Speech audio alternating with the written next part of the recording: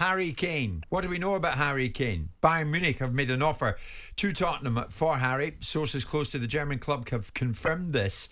The offer is said to include a basic transfer fee of 60 million quid and several more millions in add-ons. It's understood that Tottenham have put a value of about 100 million on Kane if he is to leave London this summer.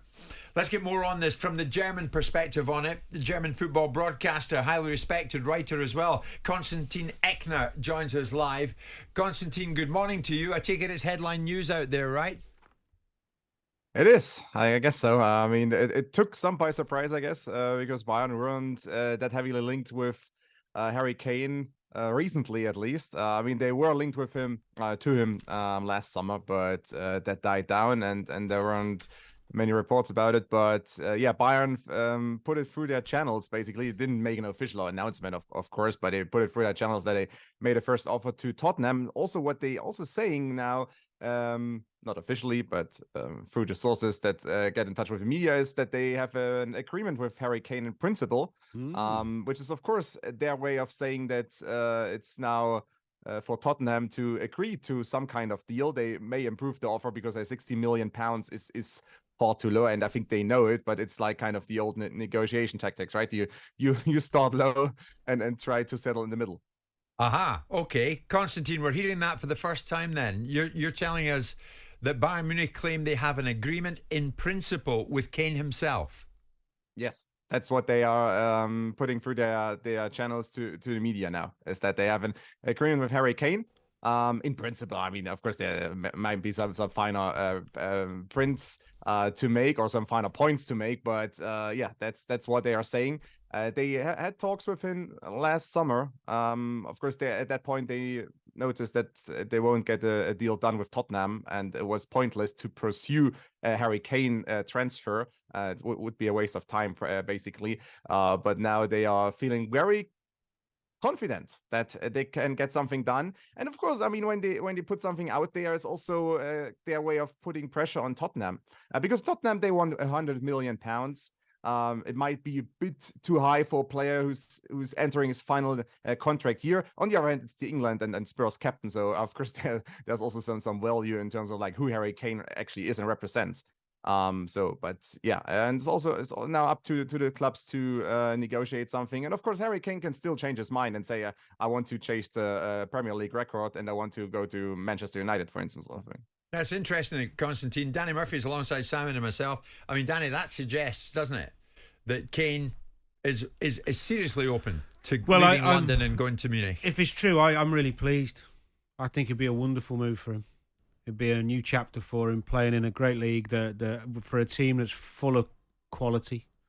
Got a great chance. Well, they get obviously winning the league every year, but also got a great chance in Europe. I know City beat them comfortably in the home game, but for 60, 70 minutes, that was their most competitive game this season. So what is it, Dan? Is it a step up for him? Well, yeah, because he's got more chance of winning. I was going to ask you, Constantino, regarding the fans. I mean, it may seem like a silly question in how they will take to him, because he's going to score goals wherever. He's a wonderful talent. He'll score goals. I mean more to do with the fact he's English, England captain, that type of, it's been a long time, hasn't it, since Munich have had an English striker, or British striker, I should say. Yeah, that's been a while. I mean, Owen Hargreaves was the last England international who played prominent role at Bayern. I mean, he was well liked. Alan McElhenney, who was devastatingly good Mark out there. Hughes was there as well, I think. Mark Hughes was there too, yeah. So they've had one or two. I think about it. Yeah, but I mean, Owen Hargreaves was more in the modern times, so to speak, for Bayern, and he won, or he was part of the Champions League winning squad in 2001, and he was well liked. And I think Harry Kane, what he also offers, and I think a lot of people and a lot of fans from Bayern will like him. He represents he's a great representative of your club. He's a sportsman. He's someone who's led the English national team, and he's someone who can represent your team. And Bayern are always looking for these type of players.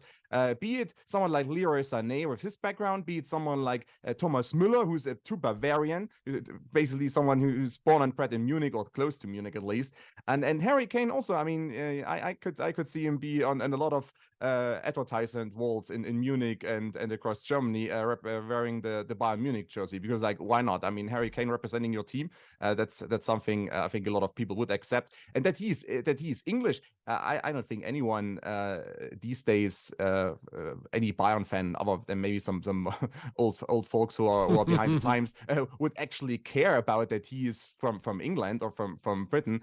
I mean, Bayern have a very international team. They're at some point that basically an all French backline. So I mean, and no one complained about that. There's Rob leaning on me there, Simon.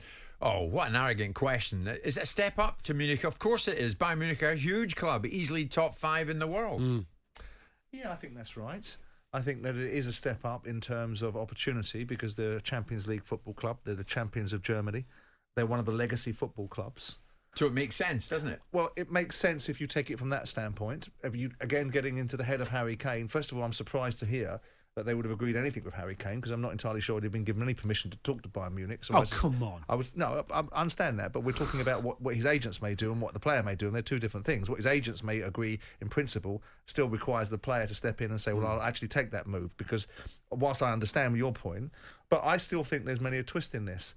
Now, if Bayern Munich want him, and Tottenham don't particularly want to sell him, which I know is the case, then they'll have to pay what Tottenham want, and there's precedent for this. What do you think they want, Simon? Well, I think when they start getting north of 80 million quid, I think it would be much more difficult for Daniel to push back against it, because he'll be able to give all of that to Postecoglou, and I think Postecoglou will be moderately relaxed. Even though the quality of Kane is undeniable, I think there's a style of play that Postecoglou may find Kane struggles at times to be able to achieve for him, albeit he'll still score oodles of goals. No, you're absolutely spot on. Yeah. So with that in mind, I look at this precedent for it. I mean, Eden Hazard was sold to Real Madrid in the last year of his contract, if I'm correct, for 100 million euros, plus add-ons that could take it up to 150 million. So with that in mind, Daniel was well within his right to turn around and Bayern Munich and say, okay, you want to give it a big one, you want to come in and do this in the public domain, you want to put us under pressure, then put your checkbook on the table, and this is what it'll take to do. Yeah. And if you'd want to do that, then you can potentially have our player. Until then, buzz off and go win your one-horse league. Well, I mean, Dortmund fought them all the way to the very end, didn't they? In fact, Dortmund were in the driving seat at the end. Still won, though, didn't they? What does instinct tell you in this?